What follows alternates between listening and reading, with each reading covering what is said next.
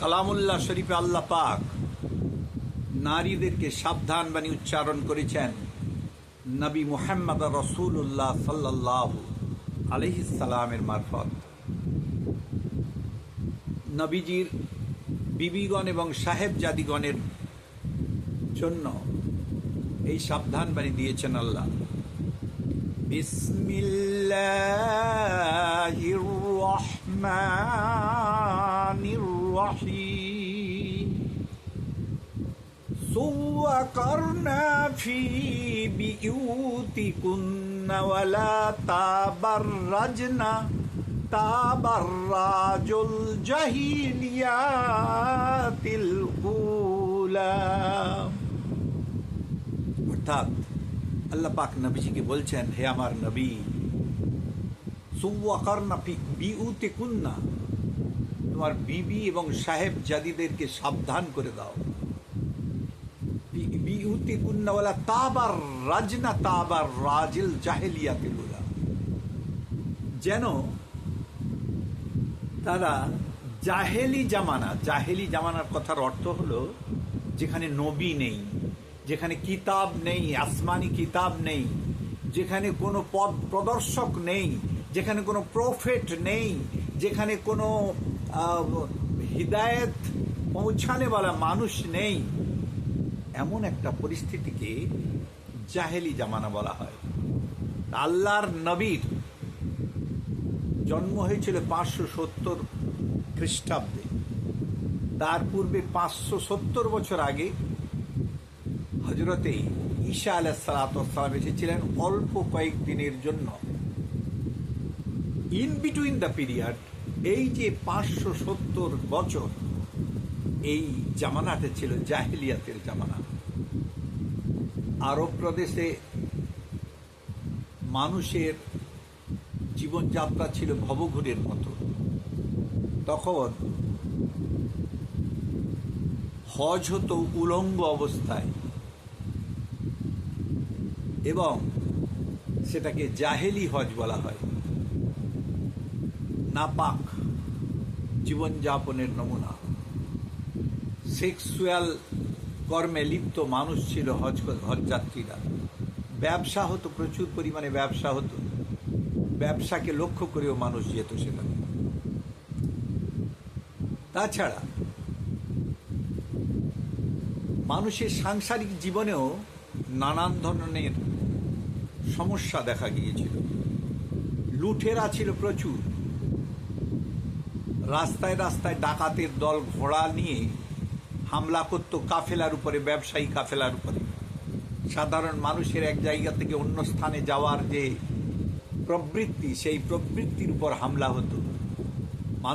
মানুষের কাছ থেকে টাকা পয়সা ধন দৌলত লুটপাট করা হতো। এবং আরো একটি সবচেয়ে জাহেলি মূর্খ জামানার উদাহরণ হলো মহিলারা, বাচ্চারা, মেয়ে বাচ্চা, শিশু মেয়েরা তখন হত্যার শিকার হতো মানুষের।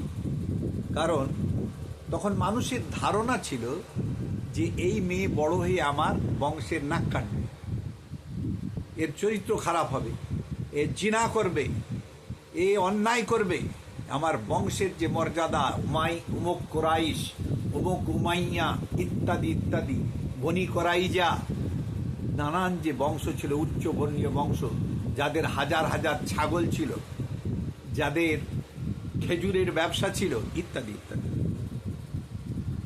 তাদের মনে ধারণা ছিল যে মেয়েগুলা বড় হয়ে সব নোংরা বৃত্তি করবে, এদেরকে হত্যা করা হোক। শিশু অবস্থায় বাচ্চা শিশুকে হত্যা করা হতো। এইটাকে বিশেষ জাহেলিয়াতের একটা উদাহরণ, বিশেষ জাহেলিয়াতের উদাহরণ। এই জীবন থেকে মুক্তির জন্য পৃথিবীকে কলুষ মুক্ত করার জন্য, এই জাহেলিয়াতকে মুক্ত করার জন্য, মানুষকে হিদায়েতের পথে আহ্বান করার জন্য, মানুষকে নৈতিকতাপূর্ণ জীবন দেওয়ার জন্য, মানুষকে মানুষের সাথে সুসম্পর্ক গড়ে তোলার জন্য, মানুষকে স্থিতিশীল জীবন যাপনের জ্ঞান দেওয়ার জন্য, মানুষকে শরীয়তের বার্তা পৌঁছে দেওয়ার জন্য, মানুষকে নারী শিশুদেরকে ভালোবাসার পরিবেশ তৈরি করার জন্য আমার পাকজাত আল্লাহ, আমার নবী আকা তাজদারে মদিনা আহম্মদ মুস্তফা মুহাম্মদ মুস্তফা সাল্লাল্লাহু আলাইহিস সালামকে ওই কুরাইশ বংশে, ওই জাহেলিয়াতের বংশে, ওই ঠাকুর পূজকের বংশে আল্লাহ পাক জন্ম দিলেন। কারণ লোহাকে যদি এমনি ফেলে রাখি তার ভিতর থেকে আওয়াজ বেরোবে না, কিন্তু লোহার পাশে আরেকটা লোহাকে নিয়ে যদি টোকা মারি টং টং করে আওয়াজ হবে। এবং লোহাকে যদি আগুনে পোড়াই তাহলে তাকে দিয়ে আমি কিছুই বানাতে পারি, বটি বানাতে পারি, কাটারি বানাতে পারি, অস্ত্র বানাতে পারি, যন্ত্রাংশ বানাতে পারি। নবী মুহাম্মদ রাসূলুল্লাহ শিশু নবীকে এমন এক জায়গায় জন্ম দিলেন যেখানে চারিদিকে ঠাকুরের উৎপাত। 360খানা ঠাকুর ছিল তখন কাবা শরীফ। উলঙ্গ হজ হতো, বাচ্চা শিশু নারীদেরকে হত্যা করা হতো, কাফেলা লুট করা হতো। এই পরিস্থিতির মাঝখানে নবীকে জন্ম দিচ্ছেন কুরাইশ বংশে, বনি হাশেমি বংশে। বনি হাশেমের পুত্র না আব্দে মান্নাফের পুত্র বনি হাসেম, বনি হাসেমের পুত্র হজরত আব্দুল মুত্তালিব, হজরত আব্দুল মুত্তালিবের পুত্র হজরতে আব্দুল্লাহ, হজরতে আব্দুল্লাহর পুত্র আমার নবী আকা তাজদার মদিনা মুহাম্মদ মুস্তফা মুহাম্মদ মুস্তফা সাল্লাল্লাহু আলাইহি সাল্লাম জন্মগ্রহণ করলেন মা আমিনার কোখজাত। তা কুরাইশ বংশে আল্লাহ জন্ম দিলেন তার একটা ছোট্ট ইতিহাস আমার পূর্ববর্তী ভিডিওতে আছে। যে বনি ইসরাইলরা নবুয়তের মোহরকে ব্যক্তিগত ক্ষমতা ব্যবহারের অস্ত্র হিসাবে ব্যবহার করেছিল। শুধু তাই নয়, হিংসাবৃত্তি,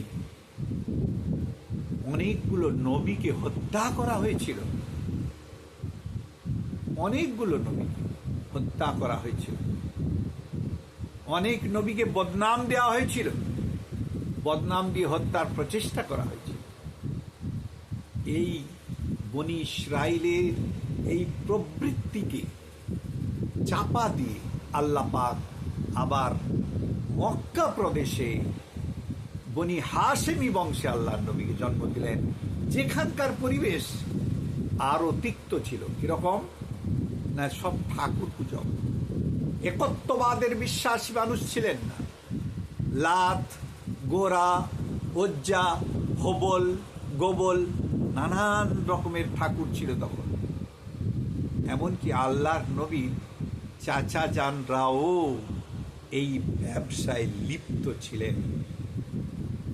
সুতরাং এইরকম একটা কঠিন ক্রুশিয়াল পরিস্থিতিতে নবী মুহাম্মদ রাসূলুল্লাহ জন্মগ্রহণ করলেন। কথিত আছে, ইতিহাস থেকে পাওয়া যায়, অনেক তফসির থেকে পাওয়া যায় যে নবী মুহাম্মদ রাসূলুল্লাহ সাল্লাল্লাহু আলাইহিস সালামের জন্মের 25 দিন আগে ইয়ামান প্রদেশ থেকে আব্রাহা বাদশাহ কাবা শরীফ ধ্বংসের জন্য এসেছিলেন। এ ঘটনা আমরা সূরা ফিল, আলাম তারা কাইফা ফাআলা রাব্বুকা বিআসহাবিল ফিল আলাম ইয়াজআল কাইদাহুম ফি তাদলিল وأرسل عليهم طيرا أبابيل ترميهم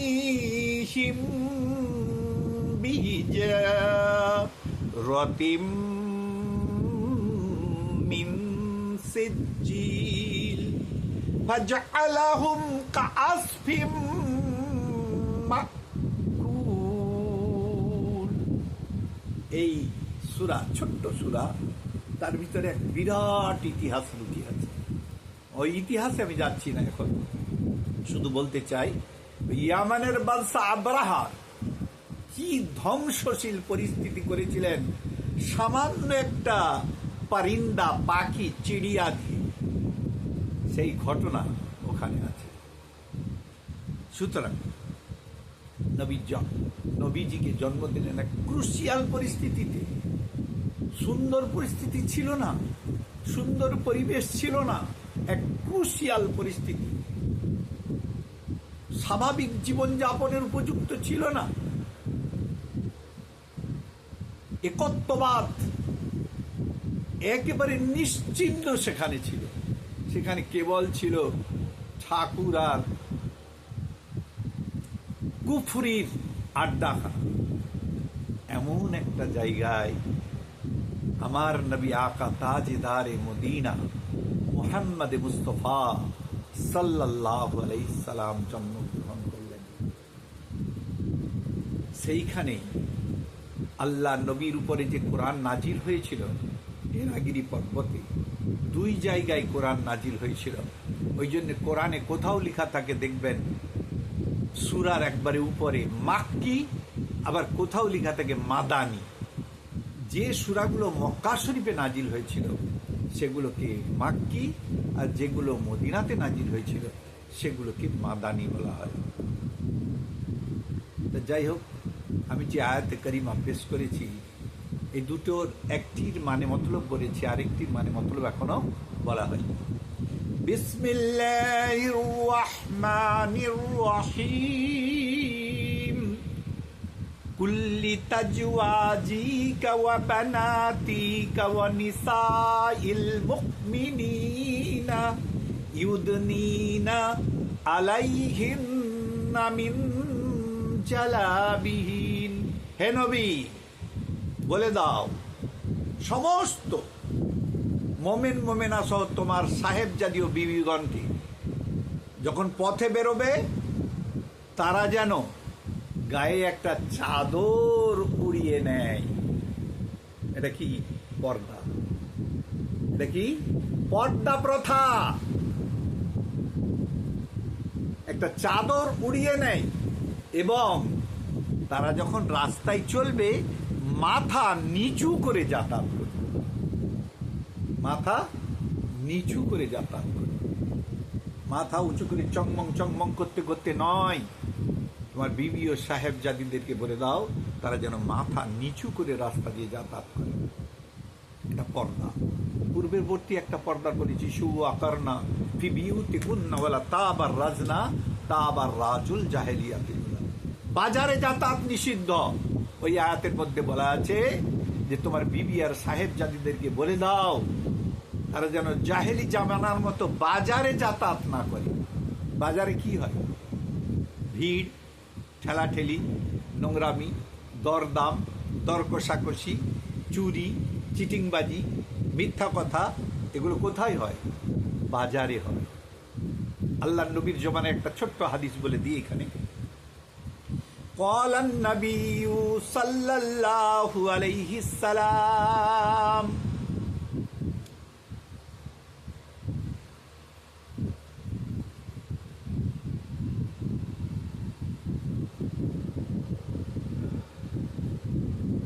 হাদিসটা হলো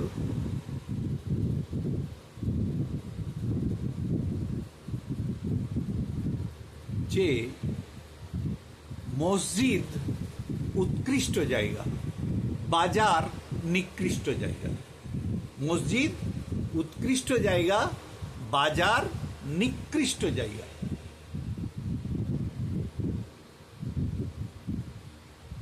এখন কারণ কি? কারণ হলো মসজিদ এমন একটা জায়গা যেখানে ঢুকলে মনটা শান্ত হয়ে যায়। দেখবেন অন্য যে কোনো বাড়ি ঘর, যেখানে এসি টেসি বাদ দিয়ে এমনি যে কোনো বাড়ি থেকে মসজিদে ঢুকবেন দেখবেন ঠান্ডা। যে কোনো মসজিদ দেখবেন ঠান্ডা, পরিবেশটা ঠান্ডা। বাড়ির থেকে, যে কোনো অট্টালিকার থেকে মসজিদটা ঠান্ডা হয়, এটা কুদরতি। আর মনটা শান্ত হয়ে যায়। নিরিবিলিতে নামাজ পড়ো, কোরআন তেলাওয়াত করো, তাসবিহ তাহালিল পড়ো, যাই করো, মোটামুটি মসজিদটা একটা উত্তম পরিবেশ বলে মনে হবে। আর বাজারে যাওয়ার সাথে সাথেই ব্রেনটা ইনএফিক্স, জটিলতাপূর্ণ।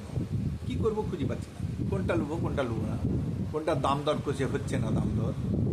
হ্যাঁ, বাজারে দোকানদাররা মিথ্যা কথা বলছে, মিথ্যা বলে তার মালটাকে প্রডিউস করছে খুব ভালো মাল, বা বিক্রয়ের জন্যে চাতুরি গ্রহণ করছে। এই যে চাতুরি গ্রহণ করা, কৌশল গ্রহণ করা, মিথ্যা কথা বলা, ঠেলাঠেলি করা, মেয়ে ছেলেদের সাথে হুড়োহুড়ি করা, ঠেলাঠেলি করা, অবৈধ ব্যবহার করা, এই থেকে বাঁচানোর জন্যে আল্লাহর নবী বললেন,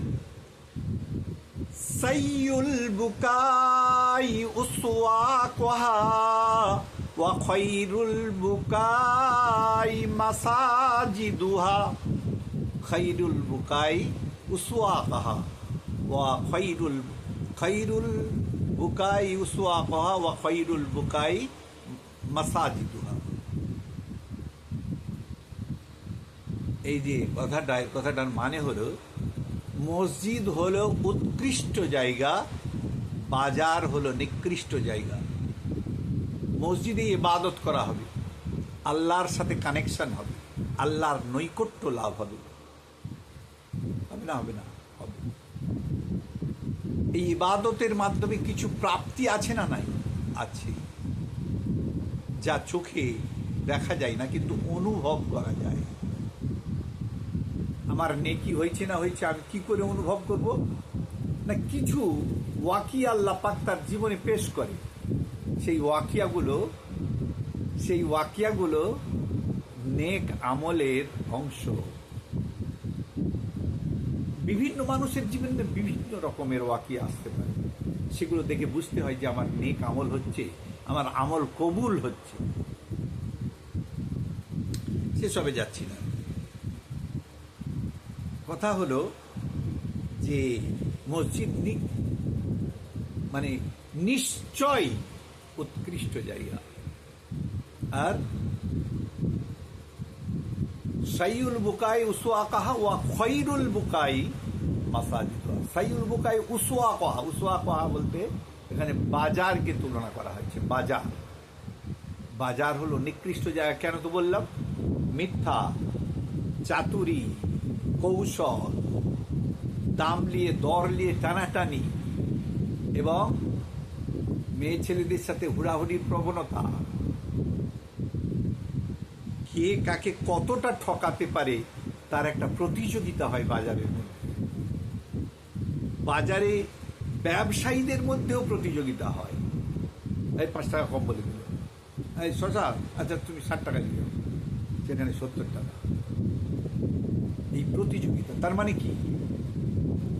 মুসলমান মোমেনদেরকে বলা হয়েছে যে তোমরা পরস্পরের ভাতৃবন্ধনে যুক্ত হও।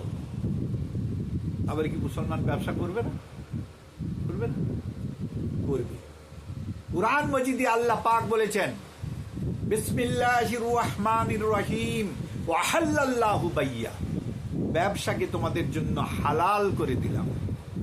ব্যবসা করবে, কিন্তু কেমন করবে? মোমেনের শত্রুতা না হয়, দামের ঐক্যতান থাকে, ব্যবসার ক্ষেত্রে কোনো চাতুরি গ্রহণ করা না হয়, মিথ্যা পরিবেশন করা না হয়, এবং ন্যায্য মূল্যে বিক্রয় হয়, তাহলে সে ব্যবসা তোমার জন্য হালাল।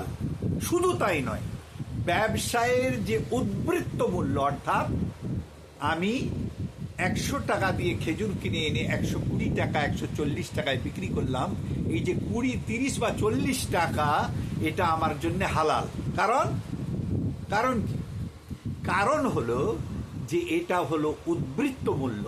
ব্যবসা করে তুমি যে পরিশ্রমটা ওখানে দান করেছ, মাল আনা, বিক্রয় করা, নিজের পয়সা ক্যাপিটালকে ওর ভিতরে পৌঁছে দেওয়ার সাহস করি, যেমন পুকুরে পোনা ছাড়ানো হয়, এই 500 টাকার পোনা ছেড়ে দেওয়ার পর এই পোনাটা হবে না হবে মালিক কি জানে? সাহস দিয়ে দাও আল্লাহর রাহে, হয়ে যাবে, ঠিক আল্লাহ দিয়ে দিবে। এই যে ইমান, বিশ্বাস, সেই জন্য আল্লাহও মানুষকে পরীক্ষা করে। কখন আবার কি করে আল্লাহ? পুরা হাজিয়ে দিলে কিচ্ছু নেই, একটাও হয়নি। এখানে ইমান থেকে পিছিয়ে যাওয়া যাবে না, পিছিয়ে যাবে না। আল্লাহ বলছে আমি তোমাকে পরীক্ষা করব, বিভিন্নভাবে পরীক্ষা করব, তোমার ইমানকে পরীক্ষা করব, তোমার খাসিয়াতকে পরীক্ষা করব, তোমার খাসলিয়াতকে পরীক্ষা করব, তোমার জীবন যাত্রায় আমি বাধা বিঘ্ন সৃষ্টি করে দেব। আয়াতে আছে বিসমিল্লাহির রহমানির রহিম, ওয়ালা নাবলুওয়ান্নাকুম বিশাইয়্যিম মিনাল খাউফি ওয়াল জুই ওয়া নাকসিম মিনাল আমওয়ালি ওয়াল আনফুসি ওয়াস সামারাহ। আমি তোমাকে ঝড় বৃষ্টি বন্যা বাদলা দিয়ে পরীক্ষা করব, তোমার পরিবারের প্রিয়জনের জানকে কেড়ে নেব, তোমার জাহাজকে নদীতে ডুবিয়ে দেব, তোমাকে প্রাকৃতিক দুর্যোগ দিয়ে তোমার কৃষি বাড়ি ধ্বংস করে দেব। তারপরেও যদি ওয়ালা নাবলুওয়ান্নাকুম বিশাইয়্যিম মিনাল খাউফি ওয়াল জুই ওয়া নাকসিম মিনাল আমওয়ালি ওয়াল আনফুসি ওয়াস সামারাহ ওয়া বাশশিরিস সাবিরিন। তথাপি যদি তুমি ধৈর্য ধরে নাও, সাবিরিন, এত তোমার উপরে শাস্তি দেওয়ার পরেও তুমি যদি ধৈর্য ধরে নাও, যা হচ্ছে সব আল্লাহর খেলা, কিছু করার নাই, আল্লাহ আমার যা করেছে আমাকে সহ্য করতে হবে, এই ধৈর্যটা যদি এসে যায়, তাহলে মনে রেখো ইন্নাল্লাহা মা'আস সাবিরিন, আমি আল্লাহ ওই ধৈর্যধারীর সাথে থাকি। সুবহানাল্লাহ। সুতরাং ক্ষতিও হতে পারে, ক্ষতিও হতে পারে, লাভও হতে পারে। লভ্যাংশ তোমার খাওয়ার জন্য। কোরআন মজিদের কথা আমার নিজের কথা নয়, বানানো কথা নয়, প্রত্যেকটি কোরআন থেকে বললাম। তা এই দুটি যে আয়াতে কারিমা পেশ করেছি, এর মূল মতলব হলো পর্দা প্রথার প্রবর্তন হচ্ছে আল্লাহর দ্বারায় নবীর মাধ্যমে কুল মাখলুকের জন্য, বিশেষ করে আল্লাহর নবীর উপরে ঈমান আনা মোমেন মোমেনার জন্য। আমরা বাজার হাটে এখন কি দেখি? আমি কাপড়ের ব্যবসা করেছি, কি করবো, পেটটা তো চালাতে হবে। আমি ওই রাধামণিতে যাই মাল আনতে, হাওড়াতে যাই মাল আনতে, তারপরে কলকাতায় যাই মাল আনতে। একটা জিনিস দেখে আমাকে বড়ই আশ্চর্য লাগছে যে পুরুষের সংখ্যা যদি 20 জন হয়, নারীর সংখ্যা 80 জন বাজারে। এবার সেখানে কি শুধু মুসলমান আছে? সব জাতির মানুষ আছে, সব জাতির মহিলারা আছে, কিন্তু 80 জন, পুরুষ মাত্র 20 জন। ব্যবসায়ী বেশিরভাগ, মানে ওখানকার যে দোকানদার ওটা বেশি পুরুষ, ক্রেতা বিশাল ভিড়, পা রাখার জায়গা নাই, বেশিরভাগ 80% মেয়ে ছেলে, নারী, মহিলা।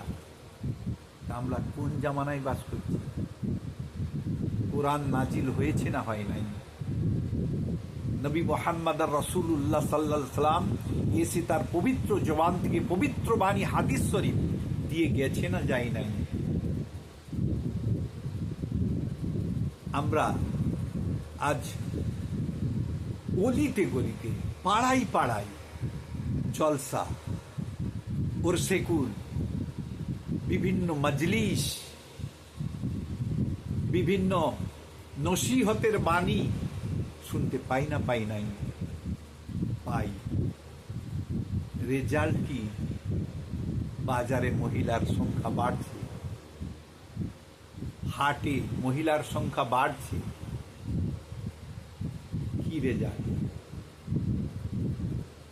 রেজাল্ট? আমরা নিজেদেরকে মোমেন মোমেনা দাবি করতে পারবো তো? নবীর একটি হাদিস, নবীর কথা মেনে নেওয়া, নবীর কথা মতো চলা, এটাই তো নবীকে ভালোবাসা। আমরা নবীকে এখন পাবো কোথায় ভালোবাসার উৎকৃষ্ট পথ হলো নবীর দেওয়া হাদিস, নবীর দেওয়া চলার পথ, নবীর দেওয়া আদর্শ, যাকে আল্লাহ পাক বলছেন উসওয়াতুন হাসানা। একটা উৎকৃষ্ট আদর্শ আছে নবীর চরিত্রে, সেটাকে অনুকরণ করাই নবীকে ভালোবাসা। এটা আদর্শ অনুকরণ হচ্ছে তো? আল্লাহর নবীর ভাষায় قال النبي صلى الله عليه السلام لا يؤمن أحدكم أحب عليه من والده وأولاده والناس أجمعين لا يؤمن, কোনো ব্যক্তি মোমেন হতে পারবে না। লা ইউমিনু আহাদুকুম হাত্তা আকুনা আহাব্বা আলাই, যতক্ষণ না পর্যন্ত সেই ব্যক্তি আমাকে ভালোবাসে। কিরম ভালোবাসে? আহাব্বা আলাইহি মিন ওয়ালিদিহি, তার পরিবার বর্গের চেয়ে বেশি, ওয়া আওলাদিহি, তার সন্তান সন্ততিদের চেয়েও বেশি, ওয়ান নাসি, সমস্ত পৃথিবীতে যত মানুষ আছে তাদের চেয়েও বেশি, ওয়ান নাসি আজমাইন, যতক্ষণ না তাদের সকলের চেয়ে বেশি আমাকে ভালোবাসে ততক্ষণ পর্যন্ত সে লা ইউমিনু, সে মোমেন নয়। লা ইউমিনু, লা মানে না, ইউমিনু মানে মোমেন। লা ইউমিনু, মোমেন নয়। আমাদের অনুকরণটা কতটা হলো percentage?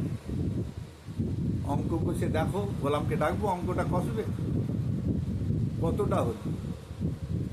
How much percentage we have got to love Muhammad?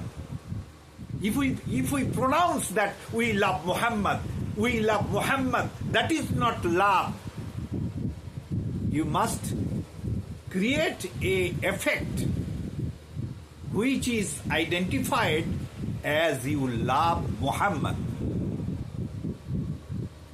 Sorry, কিছু মনে করবেন না, যদি মনে আঘাত লাগে ক্ষমা করবেন, ছোট হয়ে বড় কথা যদি বলে ফেলি ক্ষমা করবেন।